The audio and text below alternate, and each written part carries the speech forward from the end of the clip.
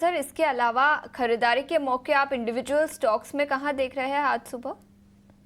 So overall अगर आप देखोगे तो मिड कैप स्मॉल कैप के अलावा लार्ज कैप स्टॉक काफी सारे ऐसे हैं जो अपने सपोर्ट के आसपास कहीं ना कहीं अवेलेबल है। तो मेरे हिसाब से हमें वहां पे फोकस करना चाहिए। जिस तरह से हम अभी चार्ट पैटर्न देख रहे हैं तो एनर्जी के अंदर हमें कोल इंडिया काफी अच्छा लग रहा है। अगर आप कोल इंडिया का चार्ट देखोगे तो 380 से लेकर 700 के 370 के आसपास एक बेस सपोर्ट बनाया है। 2 दिन से लगातार हम देख रहे हैं कि बुलिश रिवर्सल कैंडलस्टिक्स पैटर्न बन रही है। परसों के दिन उसने bullish angle pin candlestick pattern बनाई थी। कल फॉलो अप बाइंग भी हमें देखा है। मोमेंटम इंडिकेटर पे 3 बार डाइवर्जेंस भी है। तो कहीं न कहीं कोल इंडिया के ऊपर आप लॉन्ग करके जा सकते हो। 385 के आसपास की क्लोजिंग है। 399 की टारगेट आप एक्सपेक्ट कर सकते हो and 374 as a stop loss हमें कोल इंडिया के अंदर मेंटेन करना है। दूसरा जो हमें स्टॉक पसंद में आ रहा है वो प्राइवेट बैंक के अंदर है कोटक बैंक। कोटक बैंक का आप चार्ट देखोगे तो जिस तरह से आप देख रहे हो कि 200 डेज मूविंग एवरेज का सपोर्ट लेके ट्रेड कर रहा था। ऊपर आप देखोगे तो 100 डेज और 50 डेज मूविंग एवरेज का रेजिस्टेंस है। अब लास्ट 3 दिन से लगातार high top high bottom pattern के अंदर रिज्यूम किया हुआ है।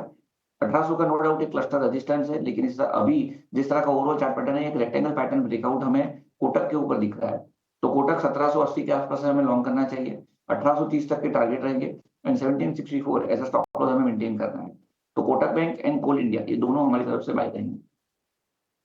बैंक पर खरीदारी की राय याद रखें, सिटी की भी आज रिपोर्ट आई है जिसके दम पर भी स्टॉक में एक्शन दिखेगा। लेकिन इसके अलावा कोल इंडिया इस स्टॉक पर खरीदारी की राय 399 तक के लेवल्स नजर आ सकते हैं, ऐसा किरण जी का मानना है। एक और एक्सपर्ट को जोड़ लेते हैं, हमारे साथ जुड़ गई हैं जेम फाइनेंशियल से अवनी भट्ट। अवनी जी, बहुत शुक्रिया आपका समय देने के लिए। स्वागत है आपके टीवी स्वदेश पर। आपके शेयर पहले जान लेते हैं, उसके बाद हम जो खबरों वाले शेयर उस पर भी आपसे व्यू लेंगे। बताइए आज आप क्या खरीदी की सलाह दे रही हैं? मार्केट ओवरऑल एक थोड़े से रिकवरी मोड में है। रिकवरी धीरे धीरे होगी, लेकिन जो स्टॉक स्पेसिफिक एक्शन है काफी अच्छी चल रही है। तो इसमें अभी फार्मा सेक्टर जो है वो काफी अच्छे से सुपर एक चल रहा है, जिसको लेकर के मार्केट मंदी में हो या तेजी में हो, फार्मा सेक्टर में एक अच्छी मूवमेंट हमें नजर आ रही है। तो फार्मा सेक्टर से हम टोरेंट फार्मा में आज ट्रेड करेंगे। अराउंड 3415 से 3410 के रेंज में इसमें खरीदारी करनी है। ऊपर की तरफ टारगेट रहेगा 3580 का और स्टॉप लॉस रहेगा 3330 का। और दूसरा ट्रेड रहेगा कैंप्स में। सो कैंप्स में अराउंड 5085 से 5095 के बीच में हम खरीदारी करेंगे।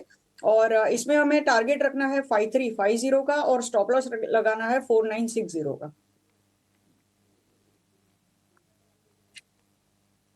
ठीक है, ये दो शेयर हो गया।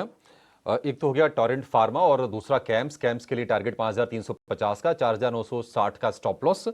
और टोरेंट फार्मा के लिए 3580 का टारगेट होगा और 3330 रुपए का स्टॉप लॉस होगा। जोशी का भी, वो भी हमारे साथ अब मौजूद है। Mayuresh, good morning. नए साल की आपको ढेरों शुभकामनाएं और आपकी टीम को भी। मयूरेश, सबसे पहले तो हम आपसे सीमेंट काउंटर्स पर ही राय जानना चाहेंगे, क्योंकि यहाँ पर जो इन्वेस्टिक की रिपोर्ट आई है उन्होंने फिर से ये बताया है कि पैन इंडिया प्राइस हाइक तो ज़रूर हुए हैं, पर मयूरेश, सीमेंट काउंटर्स में ये काफ़ी इंटरेस्टिंग होता है देखना कि प्राइस हाइक कितना सस्टेन करते हैं, करते भी है या नहीं, या वॉल्यूम का कितना सपोर्ट है। तो आप क्या नज़रिया रखते हैं सीमेंट कंपनीज पे, और कोई स्टॉक जो कि यहाँ पर आपको अभी भी पसंद आ रहा हो? First of all, very good morning to you, Srishti. Years wishing आपको, आपके सारे कॉलीग्स को, पूरी टीम ईटी नाउ स्वदेश के और सारे दर्शकों को a very very healthy, wealthy and a prosperous new year। जहाँ तक सीमेंट सेक्टर और सीमेंट शेयरों का सवाल रहा, you're absolutely right। I think जो सीमेंट वॉल्यूम ग्रोथ होती है वो मैप करती है नॉमिनल जीडीपी ग्रोथ अपने देश की। And if you are expected to grow, and I am just taking a larger bigger picture out here over the next 3 years, between 7 and 8 odd %, तो कहीं ना कहीं आई थिंक एटलीस्ट 11 या 12% यानी 1.5 गुना cement volume growth होनी चाहिए। दूसरा, आई think जो कैपिटल स्पेंडिंग हो रही है, जो 11 लाख करोड़ का एपेक्स बजट अनाउंस किया गया है पिछले वर्ष, that is obviously expected to increase going forward in the next 3 to 4 years। जैसे गवर्नमेंट इंफ्रा पे स्पेंडिंग कर रही है, जो रूरल अर्बन अफोर्डेबल हाउसिंग है, इंफ्रास्ट्रक्चर है, रोड्स हैं, पोर्ट्स हैं, जो सीमेंट की डिमांड रहेगी for all these activities should incrementally be higher. तीसरा, आई थिंक जो कंसोलिडेशन फेज से पूरा सेक्टर गुजर रहा है, that is somewhere I think a step in the right direction as far as pricing is concerned, because of consolidation, pricing में कहीं ना कहीं स्थिरता आएगी. Price hikes, you are absolutely right. Whether they are sustainable or not, ये देखना बहुत लाजमी है. But मेरे हिसाब से I think जो calibrated price hikes होंगे, that is on two counts again. One, to counter input cost increase that probably takes place. और दूसरा होता है जब आप incremental demand देखते हो, and because of consolidation that is probably happening, competition intensity pricing को लेके कम होती है. तो कहीं ना कहीं I think ये सारे फैक्टर्स यही दर्शा रहे हैं कि जो यूटिलाइजेशन लेवल्स होंगे for cement plants across east को एक बार भूल जाते हैं क्योंकि वहां पे थोड़ा यूटिलाइजेशन कम है और साउथ में कंपटीशन बहुत ज्यादा है, but because of consolidation even that will probably come on track. That should improve to more than 75% for the second half and probably sustain in the next year as well. जो एक अच्छा खासा operating leverage दे सकता है, resulting in better EBITDA and better EBITDA per ton that these companies report. Last but not the least, जो waste heat recovery और captive power use कर रहे हैं, उससे power and fuel cost incrementally कम होते जाए. Putting all this in context, sector पर पॉजिटिव रहेंगे. हमें लगता है जो EPS RS rating institution holding है, ये सेक्टर में चुनिंदा लीडरशिप स्टॉक्स की, वहां पे मुझे लगता है अर्निंग्स ग्रोथ में स्थिरता और स्टेबिलिटी मेंटेन होनी चाहिए. तो अल्ट्राटेक सीमेंट, JK सीमेंट, ये एक्शन दिखेगा. पर कुणाल जी, बहुत बहुत स्वागत है आपका. और आप सबसे पहले आपसे समझना चाहेंगे आज के लिए कौन से स्टॉक्स हैं आपकी लिस्ट में. वेल आपको good morning and happy new year.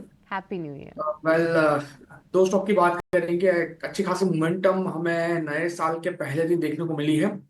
And आप जितने भी स्टॉक देखो, कहीं ना कहीं एक बुलिश रिवर्सल फॉर्मेशन फिलहाल यहाँ पे बनाते हुए हमें देखने को मिल रहे हैं. सो दो स्टॉक है जहाँ पे एक अच्छी खासी मोमेंटम का एक्सपेक्टेशन रख सकते हैं. सबसे पहला न्यूलैंड लैब है. 14,360 के अराउंड फिलहाल ये स्टॉक ट्रेड कर रहा है और अच्छी खासी मोमेंटम हमें यहाँ पे इस पर्टिकुलर स्टॉक में देखने को मिल सकती है. खरीदारी करके चलने की सलाह रहेगी. स्मॉलर टाइम फ्रेम पे देखने जाए तो inverted head and shoulder formation का ब्रेकआउट भी किया हुआ है. आली चार्ट पे देखने जाए तो एक बुलिश हरामे कैंडलस्टिक फॉर्मेशन भी बनाई है. तो मल्टीपल ऐसे सपोर्ट है जिसके बेस पे यहाँ से अच्छी खासी मोमेंटम देखने को मिल सकती है. न्यूलैंड लैब खरीदे यहाँ से. जो एसएल रहेगा 13,650 का रहेगा. टारगेट की बात कर लेते हैं तो 14,900 का पहला टारगेट है और 14,900 जैसे ही ब्रेक होगा ऊपरी लेवल पे ये स्टॉक हमें 15,800 तक के लेवल दिखाने के लिए रेडी हो जाएगा. यानी 9 से 10% की मोमेंटम हम यहाँ पे एक्सपेक्ट कर सकते हैं. एंड दूसरा जो है वो है IRB है.